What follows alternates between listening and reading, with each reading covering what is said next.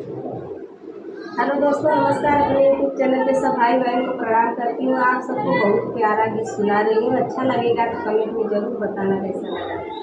तोहार कवन चाल राजा रोज रिसियाला, तोहार कवन चाल राजा रोज रिसियाला, तोहार कवन चाल राजा रोज रिसियाला, रोज रिसियाला, रोज रिसियाला।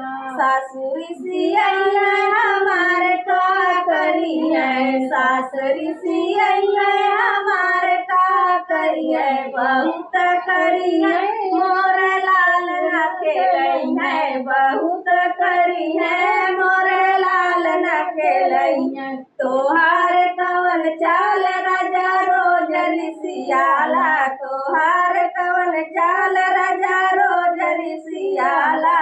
जेठनी ऋषि है हमार का करी है, जेठनी ऋषि है हमार काऊ करी है, बहुत करी है रोटी अलगे बनई है, बहुत करी है रोटी अलगे बनई है।